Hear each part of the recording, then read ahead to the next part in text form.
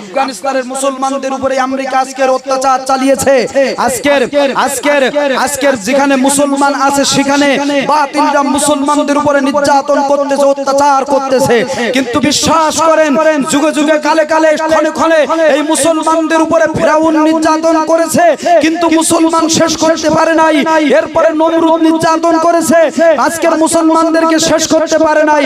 Abu Jahl, Utba, Saiba, মুগীরারা আমার রাসূলের উপরে নির্যাতন করে আজকের ইসলাম ধ্বংস করতে পারে নাই, মুসলমানদেরকে ধ্বংস করতে পারে নাই। বিশ্বাস করেন, কিয়ামত পর্যন্ত বেধর্মীরা, অমুসলিমেরা, বাতিলরা চাইবে এই জমিনে মুসলমানদেরকে ধ্বংস করতে, কিন্তু কঠিন কালেও এই মুসলমান আছে, থাকবে। কঠিন কালেও কেউ ধ্বংস করতে পারবে না। কতক্ষণ ঠিক কিনা?